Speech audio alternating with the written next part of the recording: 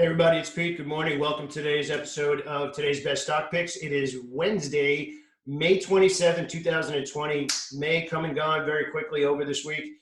Interesting trading action yesterday. The market did have a monster gap up after apparently the country is starting to get a lot more comfortable with reopening. But we did see some profit taking intraday yesterday, despite the fact that we had the big gap up. For active intraday traders, it was a little bit challenging yesterday to find some opportunities that made sense on the long side. A couple of trades that we took did not get some follow through. So we actually found some better trades yesterday on opportunities that were a little bit extended, but still bearish. And they were only one-day trades, nothing to hold a little bit longer. But interestingly enough, today we're actually gapping higher again. So the profit taking yesterday is now being absorbed into today's pre-market trading. One question that I do get pretty consistently is I talked briefly about pre-market levels, and specifically in the E-mini S&P 500, which we're going to take a look at in a second. And the question I get is, how do I use that? What is that information for? So today's going to actually be pretty interesting. I think it's going to end up playing itself out very helpfully. I don't know if that's the right word, but you're going to be able to use it today, where the futures are trading higher than where we closed yesterday. And actually, I'll show you a chart in a second, significantly higher. So the way to use that, the way to actually make that a part of your trading. Now, I want to make it clear, I've been a professional trader for a long time, and there's pre-market trading and there's after-hours trading. Regular trading hours. There's pre-market, regular trading hours, and then after-hours where there's usually earning announcements and that kind of stuff, which, by the way, today's earnings are Autodesk, HPQ, and NTAP, some of the bigger names that are on the docket. And we have a couple of other ones. I think Costco, if I'm not mistaken, is tomorrow. We'll discuss that in tomorrow's video. But what I want to make clear here is, and this comes from a lot of experience, trading between 9:30 and 4 o'clock is a different universe than trading pre-market and post-market. Pre-market and post-market, which means prior to 9:30 or after 4 o'clock, is absolutely possible. A lot of software packages, a lot of broker-dealers will allow you to do that. I'm going to flat out tell you, with never having met you personally, it's a completely different animal. The liquidity is dramatically different. You might see a bid there and feel safe that if you have to sell, you can get out. That bid disappears pre-market because there's no liquidity, and all of a sudden the stock can drop $3 on you in the blink of an eye where you thought you were safe. It's not the same. There's a lot more liquidity when the market's open, which is also why, in my experience and the way I trade, I only trade stocks that have good average daily liquidity of at least 2 million shares. Some people might go lower than that, but that's fine. That's what I feel comfortable with, and that's what I've been using for 20 years now. So anyway, the point of what I wanted to make sure that I had some context. The point of that, by the way, we're going to talk about a sector today that exploded yesterday that was the sole sector that actually is something we're going to have as our focus today. Pre-market levels, specifically using the futures and specifically using the S&P, the E-mini S&P futures, is to know that if you get big gaps up or down, you want to know the high especially and the low of that move so that you can use that as a level to gauge where you might expect buyers or sellers to come back in and do something again.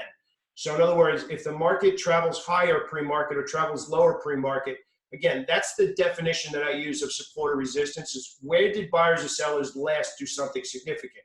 Now, pre-market doesn't have the same liquidity, but stuff happens overnight, stuff happens in Europe, and we do trade in a certain direction, and you'll see that we're having a pretty dramatic move to the upside again in the futures. So you'd want to mark off that number, or kind of just jot it down on your trading pad that you use during the day. Or have an alert. That's what I was setting alerts like crazy yesterday because we were pulling back and I kept looking for a spot to bid.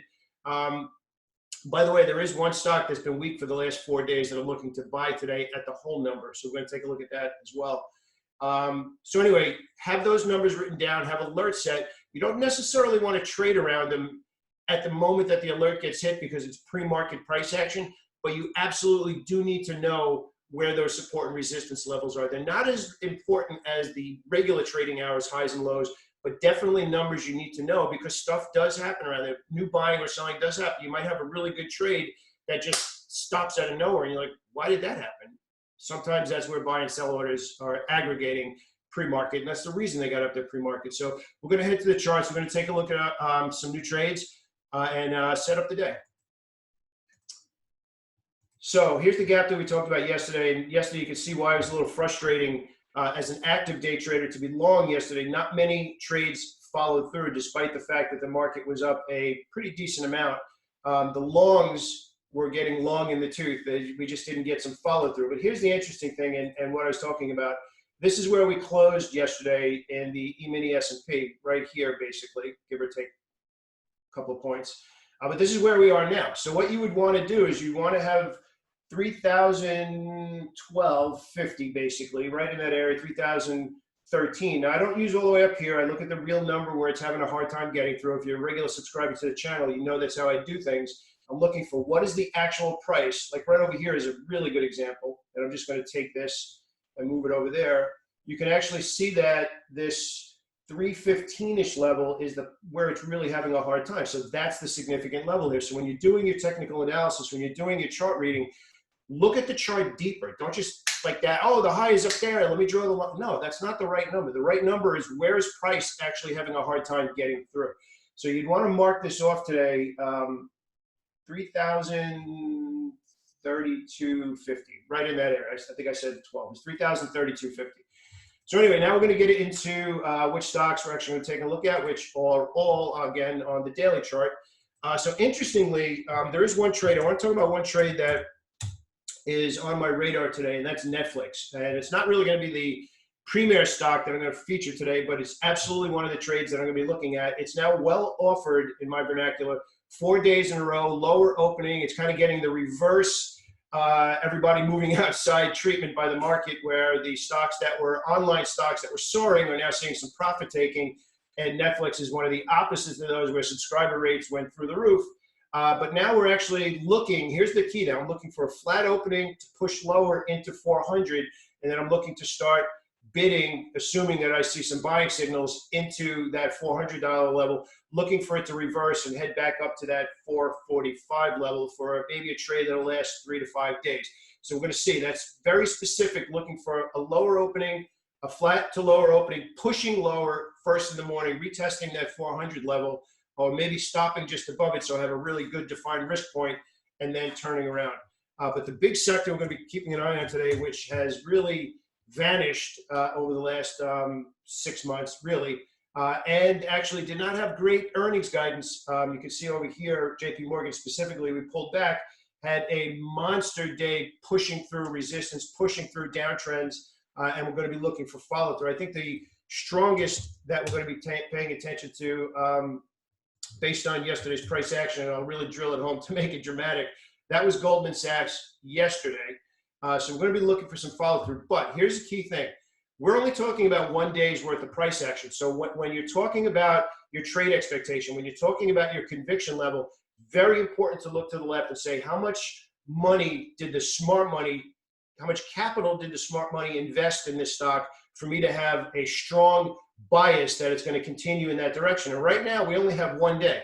It's 1 day, but it was pretty impressive. So we should be able to make some money on these stocks today, assuming we open up above yesterday's high and push through. But they're going to be more, where you're going to be a little bit lower on your scale of share size and how long you plan on holding the trade, because quite frankly, it's only 1 day. You can see Goldman Sachs has really done nothing for the better part of 6 weeks. It's impressive. It's what I would call a fuel candlestick. We broke through there, but the expectation for follow through is not going to be as high as something that has been trending, something that's had obvious order flow, something that's been well bid on the weekly and monthly charts for a few months. This is possibly the start of a new move, but an exciting one. So today we'll trade it as we did yesterday, looking for some follow through. But remember, it's only 1 day, and the best trades in these stocks will be above yesterday's high, and obviously if they're trading positive today as well. We saw yesterday in the future, in the SPY in many stocks, they were positive on the day,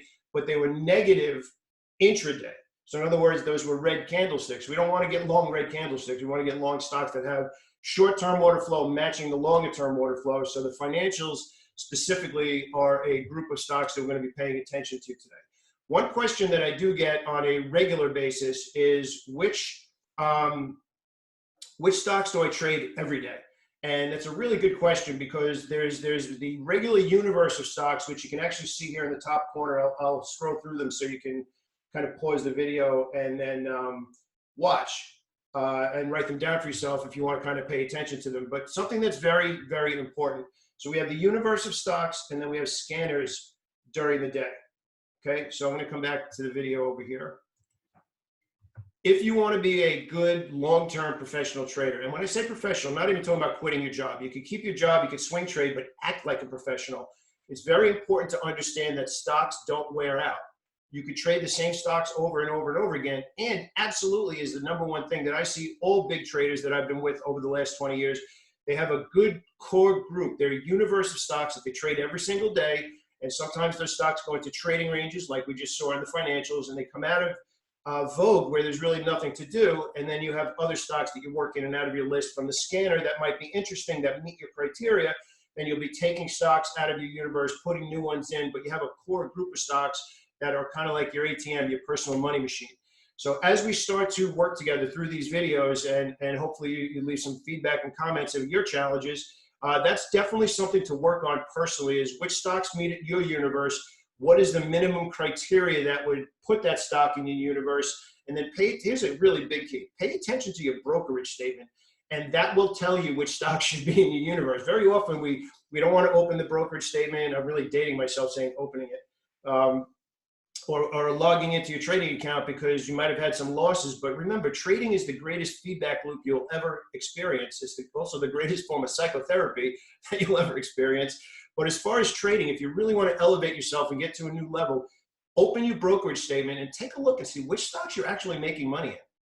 That's what should be in your universe. And you start to build that list. You start to pull some stuff out of the list. You're like, I'm not making a dime in that one. Let me try.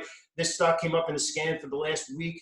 Now I want to pay attention to it because now it's pausing in maybe the next week or two or the next 6 months to a year. If it stays in play, I'm going to take advantage of it. Same thing with like the airline stocks right now, the cruise line stocks. They're all starting to see a little bit of higher volume on those days to the upside, so they might be back in play. It's going to be pretty interesting to see, but hope that helps identify some ideas we're going to look at today, specifically financials. I'm looking for that lower opening in Netflix today to test that 400 level to look for a spot to bid. And then pay attention to your own core list. What stocks make up your universe? And if you have any questions about developing universe, absolutely leave a comment down below, and we'll either do a future video on it or maybe individually we can have a little conversation in the comments. So if you like the videos, absolutely subscribe, give us a thumbs up, and if you have any questions, leave that below the video too. Have an awesome day, everybody.